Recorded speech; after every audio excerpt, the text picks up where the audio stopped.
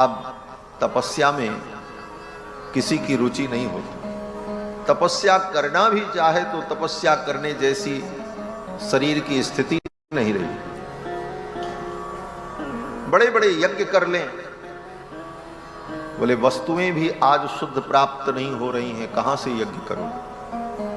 अभी अभी कुछ दिन पहले की घटना, गाय के चर्बी मिले हुए घी से मंदिर में सेवा हुई। ये दुर्भाग्य देश का कि आज भारत जैसे राष्ट्र में शुद्ध घी भी प्राप्त नहीं हो। ऐसे कलिकाल में आप यज्ञ कैसे करो? कहां से शुद्ध वस्तु लाओ? सर्वम तु संशयग्रस्तम अन्नम पानम च भूतले। सारे अन्न पान की वस्तुएं संशयग्रस्त हो चुकी, हर जगह मिलावट। घृत शुद्ध नहीं, वस्तु शुद्ध नहीं, किन वस्तुओं से हम यज्ञ कर पाएंगे? तो कलयुग ने इन सब को बिगाड़ा। यहां तक कि यज्ञ यागादि कर्म कराने वाले जो ब्राह्मण, उनमें भी विकृतियां आ गई। कर्मकांड केवल धन कमाने के लिए रह गया, स्वयं की निष्ठा नहीं रही। और इन सब कारणों से आज सारे साधन बाधित हो गए। तीर्थ भी करने से कल्याण होता है, लेकिन तीर्थों की स्थिति भी बिगड़ गई। तीर्थस्तु यवनैहि रुद्धाः। तीर्थों में जाकर म्लेच्छ लोग बस गए, यवन लोग बस गए। तीर्थों को पर्यटन बना दिया, तीर्थ तप करने के लिए।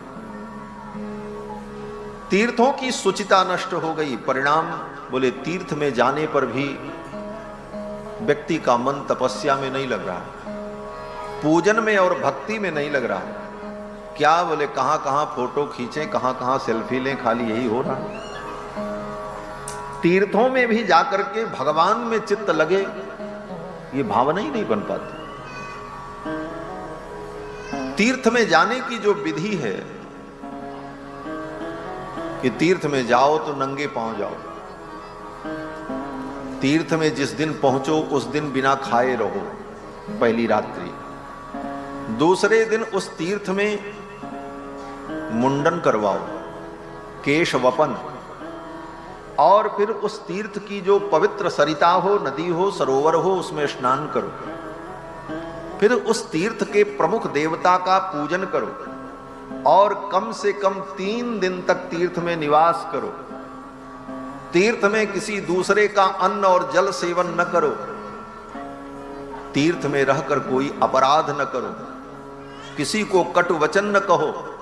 तीर्थ में रहने वाले पंडा पुरोहित जो वहां के हैं उनकी आलोचना मत करो। इतना सब करो तब तीर्थ का फल प्राप्त होता है। सतीर्थ फलमश्नुते, तब उसे तीर्थ का फल मिलता है। आज ऐसा तीर्थ भी कौन करता? दौड़े दौड़े गए, 2 घंटे में पहुंचकर सब घूमकर जो देखने का मन था, जितना समय था किया और लौट के चले आए, हो गए। तीर्थ में जाकर के भी हम तीर्थ का फल प्राप्त नहीं कर पाते। ऐसी स्थिति में सारे साधन को कलयुग ने बांध दिया। तद दिनात कलिरायात सर्व साधन बाधक। समस्त साधनों का बाध करने वाला कलयुग आ गया। जब कलयुग आया, चारों तरफ अनाचार, पापाचार, अत्याचार बढ़ने लगा। ये जिन महर्षियों की चर्चा हम सुनते हैं, ये महर्षि लोग आज से 5-6 हजार वर्ष पूर्व इसी धरती पर गांव-गांव घूमते थे, लोगों को दर्शन होता था। लेकिन इस पाप के कारण, कलयुग के कारण, उन महर्षियों ने भी एकांत स्थान चुन लिया अपने धर्म की रक्षा के लिए, अपनी तपस्या की रक्षा के लिए। 88,000 शौनकादि मुनियों ने जाकर के ब्रह्मा जी से कहा, आप हमको कोई ऐसा स्थान बताओ जहां पर हम रह करके भजन करें, सत्संग करें और कलयुग का प्रभाव न हो। ब्रह्मा जी ने एक चक्र दिया। ब्रह्मा जी ने अपने मन से एक चक्र प्रकट किया और ब्रह्मा जी ने कहा ये चक्र जहां जाए इसके पीछे पीछे जाओ। ये चक्र जहां जाकर के धरती पर विराजमान हो जाए वहीं पर आप लोग सत्संग करना और दीर्घ काल तक आप सत्संग करना, किसी प्रकार की आपको बाधा नहीं हो। वो चक्र जब चला तो 88,000 शौनकादि मुनि उस चक्र के पीछे पीछे चल पड़े और वो चक्र आकर के नैमिषारण्य की पावन धरती पर विराजमान हुआ। चक्र वहां पर विराजमान हुआ इसीलिए उसका नाम नैमिषारण्य पड़ा। चक्र का एक नाम है नेमी, और नेमी जिस अरण्य में, जिस जंगल में आकर के उतरा इसीलिए उसका नाम नैमिषारण्य। और वो चक्र जब धरती पर उतरा तो चक्र धरती में प्रविष्ट हो गया, और जहां पर वो चक्र धरती में प्रविष्ट हुआ वहां पर चक्र तीर्थ प्रकट हुआ। वही और वो चक्र जब धरती पर उतरा तो चक्र धरती में प्रविष्ट हो गया, और जहां पर वो चक्र धरती में प्रविष्ट हुआ वहां पर चक्र तीर्थ प्रकट हुआ। वहीं पर 88,000 शौनकादि मुनि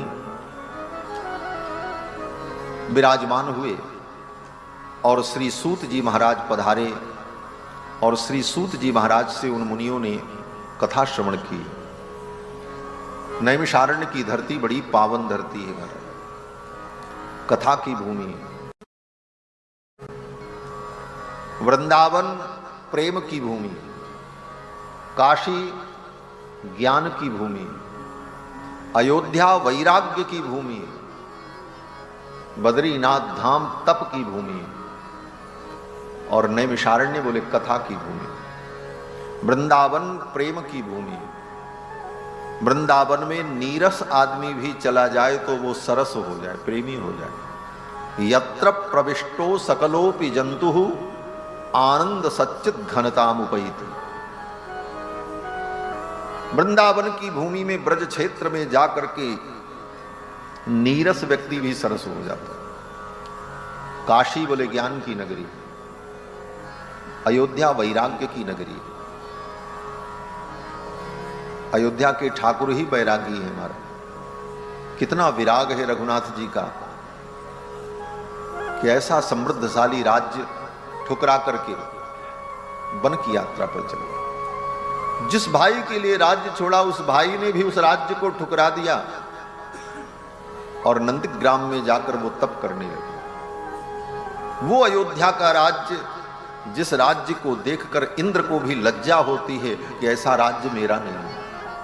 गोस्वामी तुलसीदास जी महाराज कहते हैं, अवध राज सुर राज सिंहाही, अवध राज सुर राज सिंहाही, दशरथ धन लखी धन दल जाई, दशरथ धन लखी धन दल जाई, अवध राज सुर राज सिंहाही, अवध राज सुर राज सिंहाही, सुर राज सिंहाही, सुर राज सिंहाही। अयोध्या के राज्य को देखकर इंद्र को भी लज्जा होती है, इतना समृद्धशाली राज्य मेरा नहीं। अयोध्या के कोष को देखकर कुबेर को लज्जा होती है कि इतना मेरे खजाने में नहीं, ऐसा राज्य छोड़कर चले गए। तो अयोध्या तो वैराग्य की भूमि और नैमिषारण्य कथा की भूमि। नैमिषारण्य की धरती पर जितनी कथा हुई उतनी कथा दुनिया की किसी धरती पर नहीं। 88,000 शौनकादि मुनियों को वर्षों तक श्री सूत जी महाराज ने कथा सुनाई। 18 पुराण की कथा, महाभारत की कथा, रामायण की कथा, सारी कथा। ऐसी पावन धरती नैमिषारण्य में उन 88,000 शौनकादि मुनियों ने सूत जी से प्रश्न किया। नैमिषे सूतमासीनम अभिवाद्य महामतिम कथामृतरसास्वाद कुशलः शौनको ब्रवीत। नैमिषारण्य में सूत जी महाराज से शौनक जी ने प्रश्न किया। ये शौनक जी 88,000 महर्षियों के नेता हैं, महाकुलपति हैं। कुलपति किसे कहते हैं? बोले जो 10,000 महर्षियों का भरण पोषण करे और उनके रहने खाने की व्यवस्था करे और उन्हें सत्संग कराए, उसको कुलपति कहते हैं। मुनि नाम 10 सहस्रम, 10,000 मुनियों को भोजन वस्त्रादि दान के द्वारा जो तृप्त करके उन्हें सत्संग कराता रहे, उनका संरक्षण करे, उसको कुलपति कहते हैं। और शौनक जी महाराज तो 10,000 कौन के हैं, 88,000 महर्षियों का नेतृत्व करते हैं और ऋग्वेद की शौनक शाखा के प्रवर्तक हैं। ऋग्वेद में एक शाखा है जिसका नाम शौनक शाखा, उसके आचार्य हैं शौनक जी महाराज। इतने बड़े विद्वान और महापुरुष होकर सूत जी के चरणों में बैठकर कहते हैं, प्रभु आप हमको कथा सुनाओ। यही कथा सुनने की योग्यता है। समस्त ज्ञान विज्ञान से संपन्न होने के बाद भी किसी महापुरुष के चरणों में बैठकर विनम्र भाव से भगवत चरित्र सुनने की लालसा हो, यही कथा सुनने की योग्यता है। और वही व्यक्ति कथा का रसास्वादन कर पाता है। इस श्लोक में वक्ता और श्रोता दोनों का लक्षण बता दिया वेद व्यास जी। वक्ता का लक्षण क्या बताया? बोले नैमिषे सूतमासीनम अभिवाद्य महामतिम। सूत जी महाराज वक्ता हैं और उनकी विशेषता क्या है? बोले महामतिम, वो महामती है। महामती का मतलब बोले जिसकी मति बड़ी महान हो। बोले बहुत से लोगों की मति बड़ी महान होती है। बोले महामतिम का ये अर्थ नहीं है। महामतिम का मतलब महा माने परमात्मा, अणोरणीयान महतो महियान। महा माने परमात्मा, वो महापरमात्मा जिसकी मति में प्रतिष्ठित हो गया, उसका नाम महामतिम, वो महामतिम। बहुत बड़ा विद्वान होना, बहुत पंक्तियों को रट लेना, ये महामतित्व तो नहीं।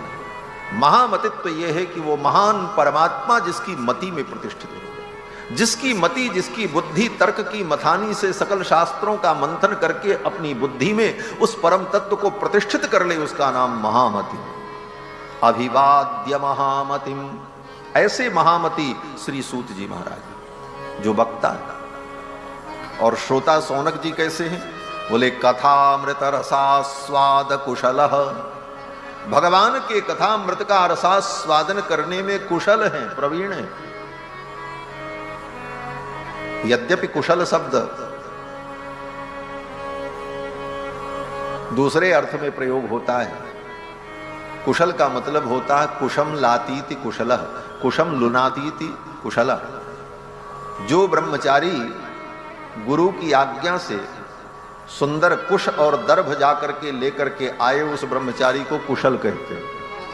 कुशम लातीति कुशल। जो कुश का संग्रह करने में प्रवीण हो उसको कहते हैं कुशल। ये प्रवीण शब्द भी ऐसे ही है। प्रवीण का मतलब जो प्रकृष्ट रूप से वीणा बजाने में कुशल हो उसको कहते हैं प्रवीण। लेकिन ये दोनों शब्द किसी भी कार्य की दक्षता का द्योतक है। कोई भी कार्य बढ़िया से कोई करे तो लोग कहते हैं ये बड़े कुशल हैं इस कार्य में, ये बड़े प्रवीण हैं इस कार्य में। तो कुशल, कथामृत रसास्वाद कुशलः, भगवान के कथामृत का रसास्वादन करने में कुशल श्री शौनक जी महाराज। क्या कुशलता है? बोले एक एक वर्ण को पीते, और बड़ी सावधानी से पीते हैं। ऐसे सौनक जी महाराज ने सूत जी से कहा कि सूताख्या ही कथा सारम मम कर्ण रसायनम, आप कृपा करके कथा का सार हमें सुनाओ जो मेरे कानों के माध्यम से हृदय में जाए और रसायन का काम करे।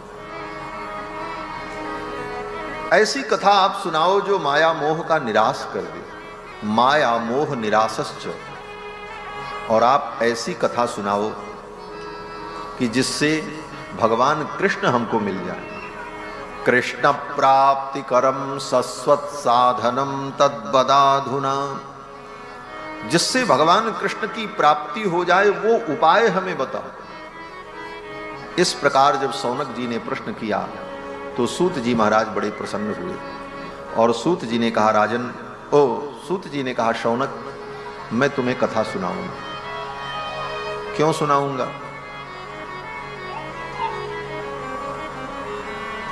तुम्हें कथा सुनाने से कोई भौतिक लाभ में मुझे मिलेगा? तुम्हें कथा सुनाने से भविष्य में कोई मुझे लाभ होने वाला है? इन सब भावनाओं से नहीं। सूत जी कहते प्रीति ही शौनक चित्ते थे। हे शौनक, तुम्हारे हृदय में भगवान के प्रति प्रीति है, इसलिए मैं तुमको कथा सुनाऊं। कथा क्यों सुनाई जाए? बहुत बड़ी दक्षिणा मिलेगी इसलिए सुनाई जाए, बहुत बड़ा सम्मान मिलेगा इसलिए सुनाया जाए, बहुत बड़ा जन समूह हमारा अनुयायी बन जाए इसलिए कथा सुनाई जाए, बहुत बड़ी ख्याति मुझे मिल जाए इसलिए कथा सुनाई जाए। कहते ना ना, ये सब कथा सुनाने के हेतु नहीं हो सकते। कथा सुनाने का हेतु तो केवल एक होना चाहिए, प्रीति। सुनने वाले में अगर प्रीति है तो उसे कथा सुनाओ। यही कथा सुनाने का सबसे बड़ा हेतु है। प्रीति ही शौनक चित्ते थे। हे शौनक, तुम्हारे हृदय में प्रीति है इसलिए मैं तुमको कथा सुनाऊं। यतो वच्मि विचार्य च, और मैं विचार करके तुमको सुनाऊं। हे शौनक,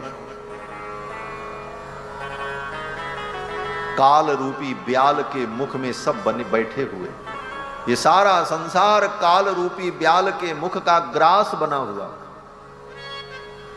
काल के मुख का ग्रास कैसे? बोले कल्पना करो, कभी देखा होगा आपने, गांव में तो अक्सर ये दृश्य देखने को मिलेगा कि वर्षा ऋतु में किसी सांप ने किसी मेढक को ऐसे पकड़ लिया पीछे से, आधा मेढक उस सांप के मुख में है और मेढक का मुंह बाहर निकला और वो टर टर कर रहा। काल के गाल में वो बैठा हुआ। काल ब्याल मुख ग्रास, काल रूपी व्याल माने सर्प के मुख का वो ग्रास बन चुका है, लेकिन इसके बाद भी टर टर कर रहा। यही स्थिति संसार के प्राणियों की। हम काल के मुख में बैठे, काल के मुख के ग्रास बने हुए, बस इतना ही होना है कि कब काल हमको भीतर कर ले, लेकिन फिर भी हम टर टर करने में लगे, संसार को ही समझने में लगे हैं। काल ब्याल मुख ग्रास त्रास निर्णास हेतवे। काल ब्याल के मुख के ग्रास बने हुए प्राणियों का जो त्रास है, दुख है, तद निर्णास हेतवे, उसके निर्णास माने उसके विनाश का हेतु अगर कोई है तो वो क्या है? बोले श्रीमद् भागवत महापुराण। ये काल रूपी ब्याल के मुख में पड़े हुए प्राणियों के त्रास को, दुख को दूर करने वाला, काल का भय दूर करने वाली ये कथा है।